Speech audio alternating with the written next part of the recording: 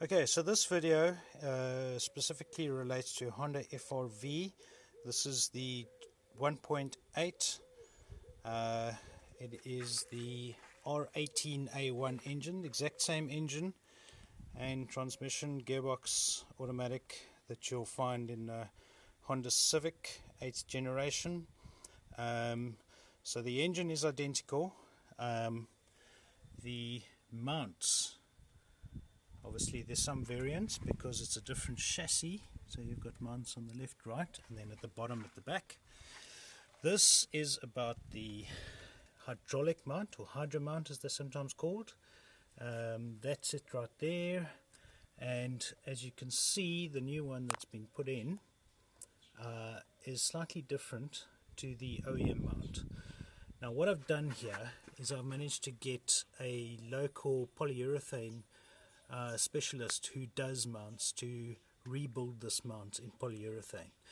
The reason I did for this was because I could not find an equivalent replacement in terms of spares, aside from Honda, which wanted to charge me equivalent of about $250 for that part, whereas the aftermarket part, this is the one for the Civic.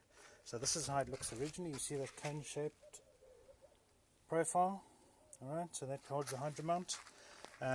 This is the Civic mount, which all my Google searches, everything came up with this part, which said it was identical and should fit, but it doesn't. The Civic part is not the same.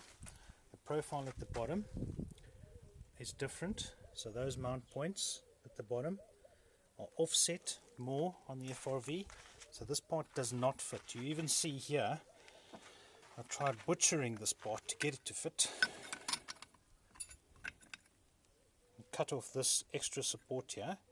I do have a Civic as well, so if this other mount goes, then I'll just weld this back and put that into the Civic.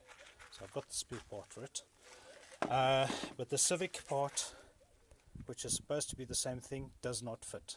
And I sure as nuts looked everywhere. I couldn't find what the replacement OEM part number is for that one. So I did it in polyurethane.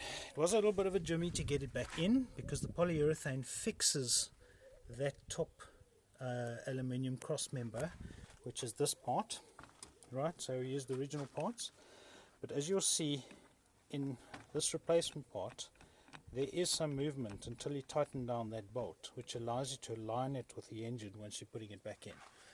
But when you do the polyurethane, it fixes it in place, so it makes it quite difficult to jimmy the engine back into position and get it all lined up and back down again. So that took quite a lot of back and forth and pushing and pulling, but it's in. The ride is a little bit, you can feel the engine a little bit more when you first start it until it beds in, and then it smooths out pretty well and should outlast the original by quite a few 100,000 Ks. Thanks for watching.